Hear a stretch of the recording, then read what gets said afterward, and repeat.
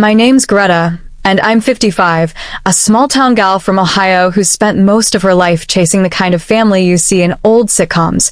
Warm, loud, messy, but full of love. Growing up in foster care, bouncing from one house to another after losing my parents young, I learned to hold tight to that dream. It's what kept me going through lonely nights and awkward school dances. When I met David, my high school sweetheart turned husband, I thought we'd build that dream together. But sometimes, even the strongest dreams crack under the weight of family you didn't see coming.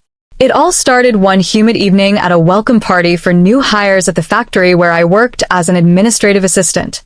I wasn't much for crowds, and the free drinks everyone kept pushing my way left me dizzy and queasy, curled up in a corner of the break room, praying for an escape. That's when David noticed me. He was a supervisor, quiet but kind, with these warm brown eyes that made you feel seen.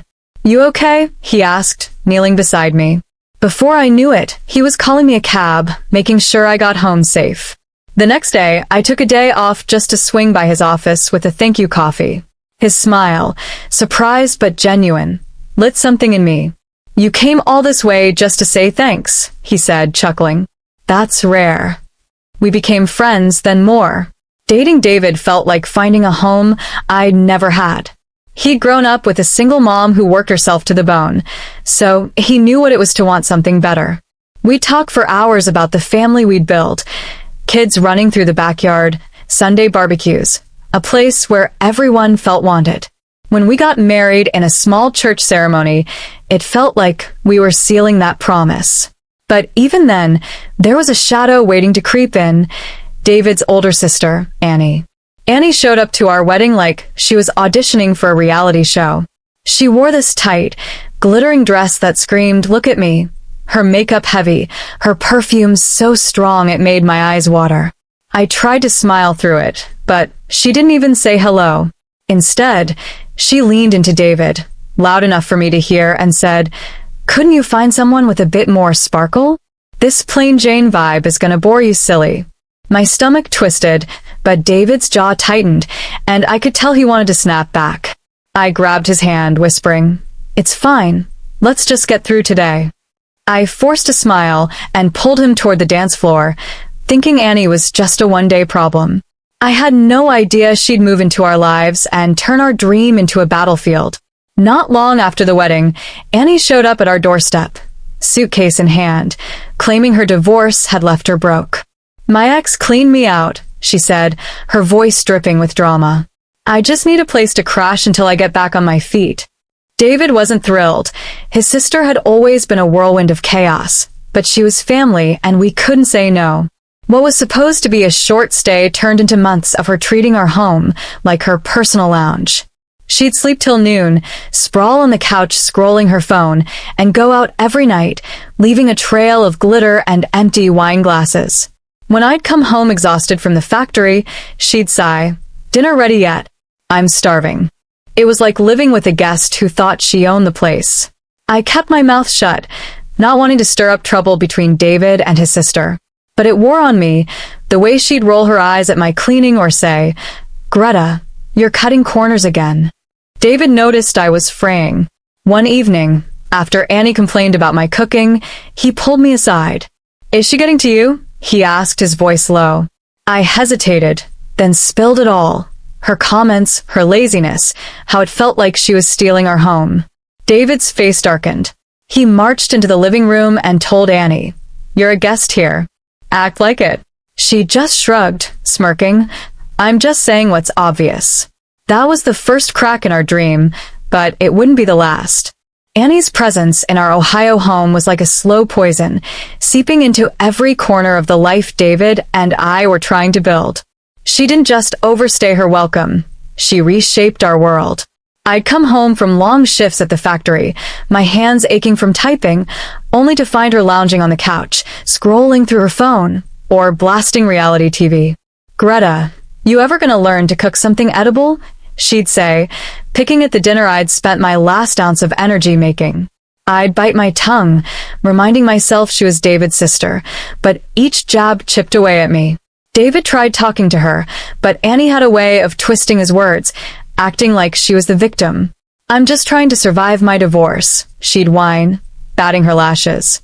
Meanwhile, she'd blow her alimony on new dresses and late-night bar tabs. Things got trickier when David and I started our family. We'd always wanted kids, a chance to give them the love we'd missed growing up. When I got pregnant with Jude, our first son, we were over the moon, crying and laughing as we planned for the future. But Annie was still there, and with a baby on the way, we needed her out. David sat her down one evening, his voice firm but calm. "We're gonna need the space soon," he said. "Time to find your own place." Annie pouted, then turned to me. "What are you doing about work, Greta?" "Quitting." I told her I'd take a year of maternity leave, then go back. That's when she swooped in with an offer that sounded like a lifeline. "I can watch the baby. Save you daycare costs." Daycare in our town was a nightmare. Waiting lists stretched for months, even for the sketchy ones run out of basements. David and I talked it over, uneasy but desperate. Annie had no job, no real responsibilities. Maybe this could work. When Jude was born, I was shocked at how good she was with him. She'd read parenting blogs, whip up his bottles, and take him to the park, cooing like she was born for it. Jude adored her, giggling whenever she scooped him up. When Wesley came along a few years later, Annie kept up the act, juggling both boys like a pro. David and I were swamped at the factory, so we leaned on her, grateful but wary. But as Jude and Wesley grew, something shifted. Annie wasn't just helping, she was pulling them into her orbit. She'd shower them with candy, let them skip homework, and take them to arcades or burger joints while David and I were at work. By the time Jude hit elementary school, he'd roll his eyes when I suggested a family picnic. "Annie's taking us to this cool diner," he'd say, like our plans were a chore. Wesley followed his lead, parroting her words. It stung, watching my boys light up for her in a way they didn't for us. I'd try to talk to them, but they'd brush me off, saying, "Annie says we don't need to stress about school. She gets us." One night, I overheard Jude telling Wesley, "Annie says Mom and Dad didn't even want kids. They just had us because they felt like they had to." My heart sank.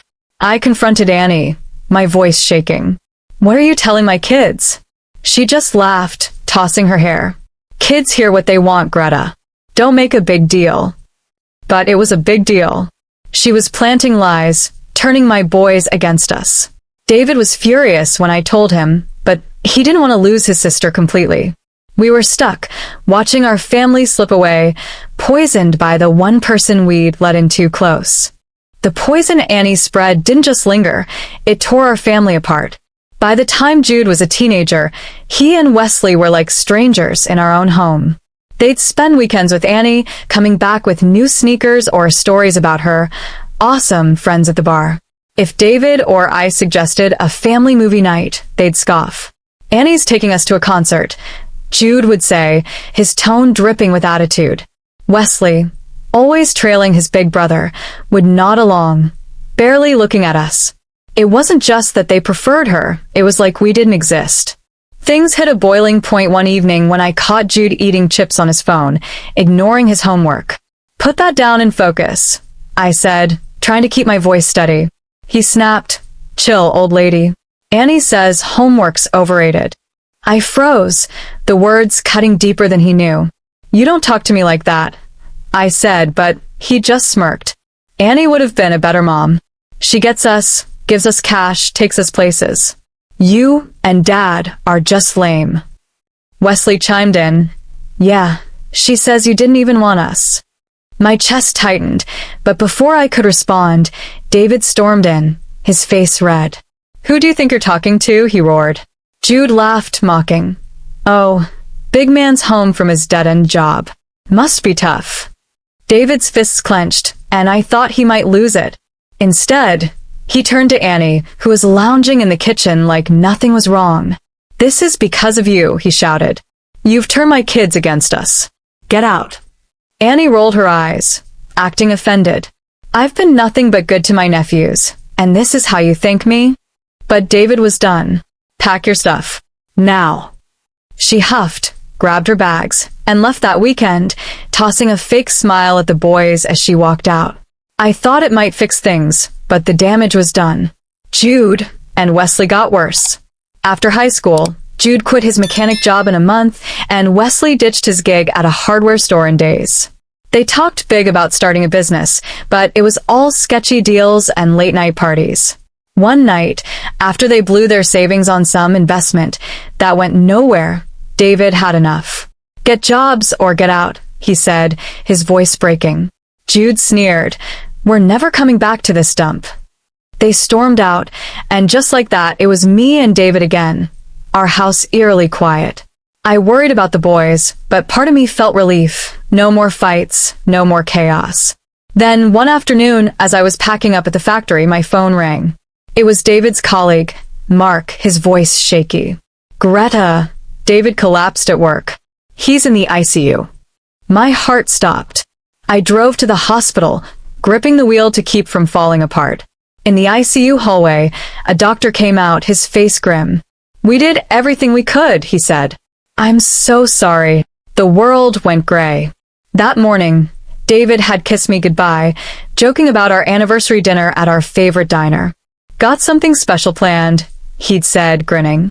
I never imagined it'd be our last moment. I called Jude, Wesley, and Annie, my voice trembling as I left voicemails. Jude called back that night, music blaring in the background. "Dad's gone," he said, laughing like it was a joke. "Handle the funeral, Mom. We're not coming back to see the guy who kicked us out. We're good here." I heard Annie's giggle in the distance, and my hand shook, holding the phone. They didn't come. I buried David alone, surrounded by his cousins and coworkers, their pitying looks burning into me. The pain of losing him was bad enough, but my son's betrayal cut deeper, leaving me hollow. A week after David's funeral, I was watering the front porch flowers, trying to keep my hands busy so my mind wouldn't spiral. The mailman handed me a stack of bills, but one envelope stopped me cold. David's handwriting, neat and familiar, addressed to me. My heart raced as I tore it open. It was a letter, sent by his colleague Mark, with a note from David. "Keep this from the boys." He wrote about our life together, his love for me, and how he'd seen the family falling apart. "I knew Annie was trouble," he wrote, "and the boys were slipping away. Check the safety deposit box at First Ohio Bank. There's something for you." A small key was taped inside. I drove to the bank the next morning, my hands shaking as I followed David's instructions. In the safety deposit box, I found a stack of bank books, an IC recorder, and David's old cell phone. My stomach churned. What was he hiding? I invited Annie, Jude, and Wesley to the house, saying it was about David's inheritance. They showed up fast, their eyes gleaming with greed. Annie barely sat down before blurting, "David had money stashed? Bet he hid it, cheap as he was." Jude grinned. "What is it, Mom?" "Cash.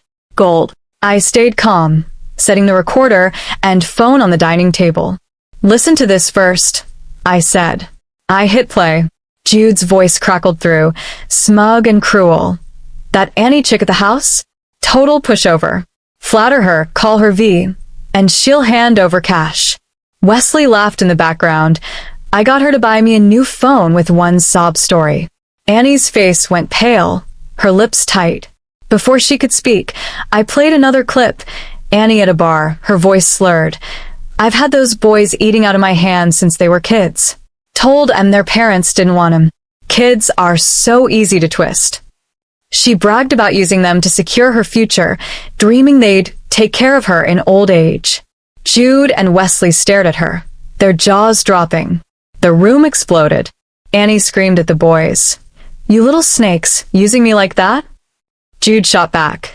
"You're one to talk, turning us against our own parents." I cut in, spreading the bank books on the table. David left an inheritance, $250,000 from his mom's side. But Annie, you stole it. Took his bank book and drained it, down to $15. And the boys' college funds? Pennies left. I pointed to their accounts, showing the damage. Jude tore at his hair, and Wesley's eyes welled up.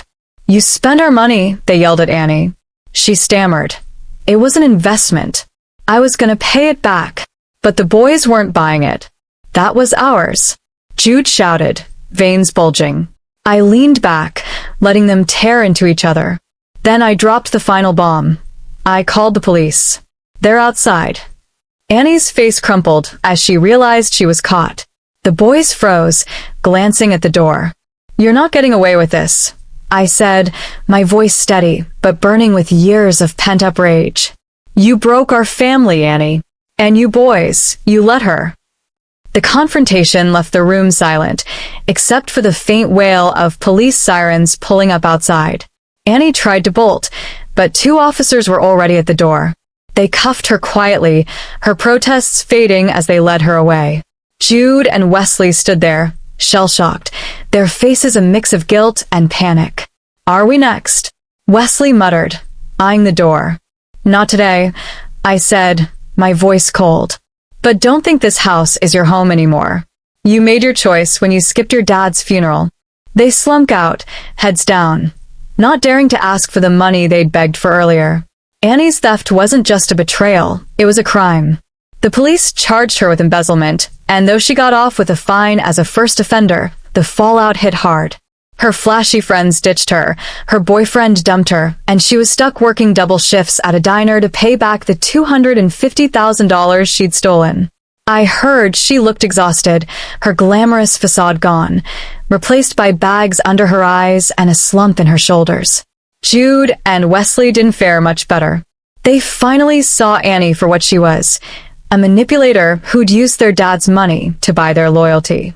They started working, Jude at a warehouse, Wesley at a gas station, but their debts from shady deals piled up. Barred from their favorite dive bars and shunned by David's relatives for skipping the funeral, they griped about how life's no fun anymore. I didn't feel sorry for them. They'd made their bed. What I didn't tell them was the one thing David left just for me. In that safety deposit box, tucked beneath the bank books, was a sapphire pendant, a family heirloom from his mom. His letter said he'd planned to give it to me for our next anniversary, a symbol of the love we'd fought for. When I had it appraised, my jaw dropped $300,000. But I'd never sell it. It's more than money. It's David's heart, still with me. Every time I hold it, I see his smile, hear his laugh, feel his hand in mine. It's what keeps me going. My dream of a warm family didn't survive. Annie's lies, Jude and Wesley's betrayal, and David's loss broke it beyond repair. But standing in my quiet house, I realized something.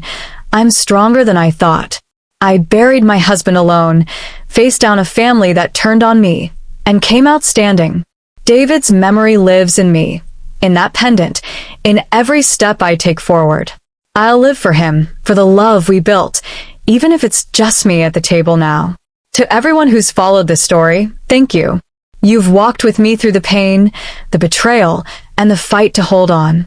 If my journey hit you in the heart, hit that subscribe button and join us. Every story here is about facing the mess, finding your strength, and carving out a new start. Keep chasing your own truth, and I'll see you at the table.